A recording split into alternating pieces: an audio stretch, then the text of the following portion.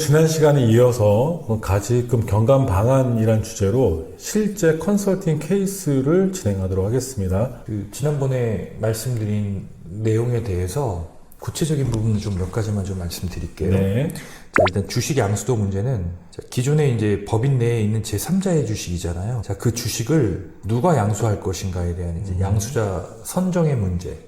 선정의 문제라는 건 주식을 양수받으려면 재원이 있어야 되잖아요. 그리고 특수관계 문제에 대한 검토가 있어야 될 거고, 그 다음에 양수자가 누가 될 거냐의 문제죠. 네. 요 세 가지의 현안에 대한 검토가 필요할 거고요. 자, 그 다음에 이제 자기 주식은 배우자에게 증여한 후에 법인이 매입해서 소각할 거거든요.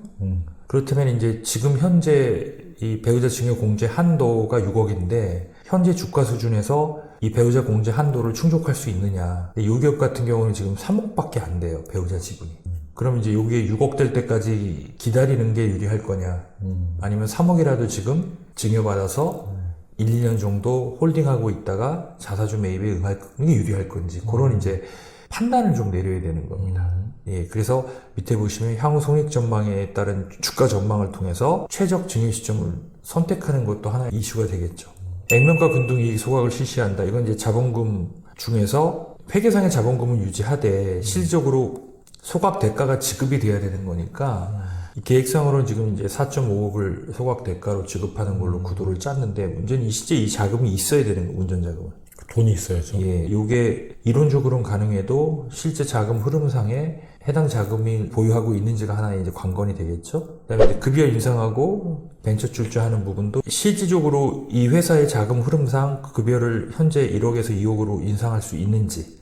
두 번째는 이제 벤처 기업 인증을 받을 수 있는 여건이 되는지가 하나 검토 사항이 되겠죠. 그다음에 주식 양수도가 끝나고 나면 이제 주주별로 최대 분리가사 한도 내에서 이제 정기 배당을 장기적으로 실시하는 게 현안이 되겠죠. 이 회사의 지금 현재 업종과 이 업종은 의류 도매업입니다. 의류 도매업. 의료. 의료 도매업. 의료 물품 도소매업.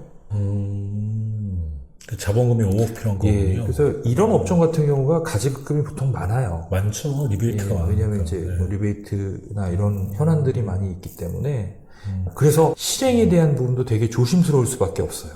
세무조사 문제도 있을 그런 수 있으니까. 현안이 있을 수 있기 때문에 괜히 위험도가 높은 아이템을 제한해서 이제 과세관청이 굉장히 유의해서 보는 상황이 발생이 되면 또 다른 리스크를 발생시킬 수 있는 개연성도 상당히 있어서 되게 조심스럽게 접근을 해야 되는 측면이 있습니다. 그래서 상환 로드맵은 일단 리스크가 제일 적은 배당이나 임원 보수 인상을 통해서 장기적으로 해결하는 방안을 가장 우선순위로 잡았고요. 네.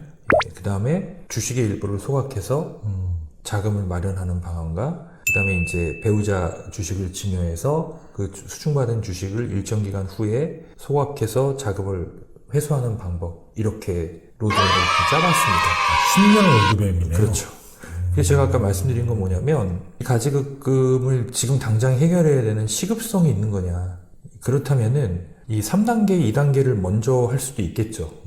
왜냐면 이거를 홀딩 시켜가지고 오히려 더 큰 리스크나 코스트가 들어간다면 리스크가 있더라도 2, 3번을 먼저 하는 게 낫겠죠. 근데 이제 그런 게 없다면 배당이나 임원 보수 정책으로 충분히 해소하는 전략을 짜고 시간을 두고요. 그리고 다른 여타 자본 거래를 활용하는 방법들을 한번 도입해보자 라는 게 이제 이 제안의 요지입니다. 이번에 가지금 상한 로드맵을 제가 정리하면 1단계는 임원 보수 정책과 배당 정책을 활용해서 10년에 걸쳐 상환하는 거고요. 2단계는 자본금 감소, 이익 소각을 통해서 확보된 자금으로 상환. 3단계는 자기 주식 소각을 통해서 확보된 자금으로 상환. 이게 크게 3단계라고 보면 되겠네요. 네, 그렇습니다. 자, 이 회사 같은 경우는 지분 이동이 좀 일어날 겁니다. 그렇죠? 그래서 지금 현재의 지분 구조라고 한다면, 자, 일단 요 비특수관계인의 지분을 법인의 다른 주주에게 이전을 시키는 게 하나의 이제 현안일 거고요. 근데 이제 주주하고 협의된 가격은 액면가가 5,000원인데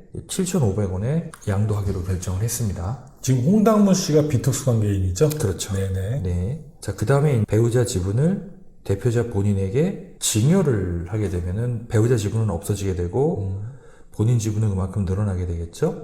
그 후에 이제 액면가 균등 소각을 하게 되면 주식 수는 다 이렇게 줄어들지만 비율은 그대로라서 증여 문제가 생기지가 않아요. 그리고 이제 증여받은 주식은 2년 정도 경과 후에 법인에 매각해서 그 소각 대가를 가지고 이제 가지급금을 상환한다. 근데 그 시점에 주가는 따로 관리를 해야 되겠죠. 다만 이 플랜을 실행할 때 고민해야 될 포인트가 하나 있습니다. 이 개별 행위를 보면 세법상의 요건은 다 충족이 돼 있다고 봐요. 자, 그런데 한 해에 특수관계인이 아닌 사람하고는 7,500원에 거래를 하죠. 그다음 배우자한테는 세법상의 시가로 거래를 합니다. 그리고 동시에 액면가로 또 소각을 해요. 그러니까 1년 안에 서로 상이한 가액으로 다중적인 거래가 일어나다 보니 제가 늘 우려하는 부당행위 문제가 나올 수 있겠네요. 세무적 관점에서의 소명 문제라든가 이런 것들이 이제 불거질 수 있어서 이런 것들이 개별 행위로서는 문제 없다 하더라도 특정 시기에 동시에 다 진행하는 거에 대한 세무적 부담이 분명히 있다. 이걸 고려해서 회계연도를 달리해서 순차적으로 해결하는 방안을 제시해 줄 필요가 있다. 자, 먼저 비특수관계인 간의 주식을 양수도하는 내용을 한번 설명을 드려볼게요. 대상 주식은 2만 주고 현재 시가는 한 3만 원 됩니다. 당사자하고는 7,500원에 양수도하기로 결정을 했어요. 네. 자, 그러면 시가는 6억 정도 되는데 실제는 7,500원에 주기로 했으니까 거래가액은 1억 5천입니다. 그죠? 그러면 시가와 대가의 차액이 4억 6천 정도 됩니다. 비특수관계인의 경우에는 시가와에서 대가를 뺀 금액에서 3억을 뺀 금액이 증여재산가액이 돼요. 네. 기준금액 3억까지만 세법은 인정해주겠다는 거예요. 그러면 여기에 따른 제3자 간의 거래니까 공제는 없고요. 네. 증여세 과표는 그대로겠죠. 네. 증여세가 한 2,200만 원 정도 나온다. 자, 그렇다면 이제 이 방법도 있겠죠. 기준금액 3억개에 해당하는 선까지는 개인이 인수하고 그거에 초과되는 부분은 자, 그 개인이 법인도 보유하고 있거든요. 자녀 법인이죠. 요즘 말하는 세법상이면 특정 법인. 특정 법인이 인수하는 방안도 한번 검토해보자. 특정 법인이 이 회사가 있나요? 네. 아. 예, 그러면 이제 12,900주까지는 기준금액 3억이 넘지 않기 때문에 개인이 인수를 하고요. 초과되는 주식은 그 개인의 대주주로 있는 법인이 인수한다. 쪼갠다. 네. 자, 네 번째는 뭐 개인이 인수하면 또 개인이 인수 자금 준비를 해야 되니까 저 주식 전체를 법인에게 전부 다 양수하는 게 어떻겠냐. 그럼 이건 이제 양도자와 양수자가 비특수관계인이고 양도자는 개인이고 양수자는 법인이잖아요. 이런 경우 개인은 부당행위 특수관계가 아니니까 법인 입장에서도 법인세 과세 문제가 생기지 않습니다. 그럼 이 법인은 어떤 방법을 선택하셨나요? 이제 이 네 가지 중에 선택을 해야죠. 아, 지금 고려하고 있는. 그렇죠. 네네. 근데 예를 들어서 이 기업이 가업 승계를 검토하고 있다면 그럼 증여세가 좀 나오더라도 개인이 직접 승계받는 것이 유리한 경우일 수 있을 것 같아요. 자, 그런데 이제 이 회사가 승계받지 않고 장기적으로는 이제 해산의 수순으로 갈 가능성이 높다 그러면 차라리 법인이 네네네. 전부 다 양수하는 게 나을 수 있겠다. 오늘 방송은 실제 컨설팅 케이스인데 비특수 관계인 지분에 대한 회수 부분도 자세하게 말씀을 드렸습니다. 다음 시간에 컨설팅 케이스를 계속 진행하도록 하겠습니다. 자, 오늘 방송 감사합니다. 고맙습니다.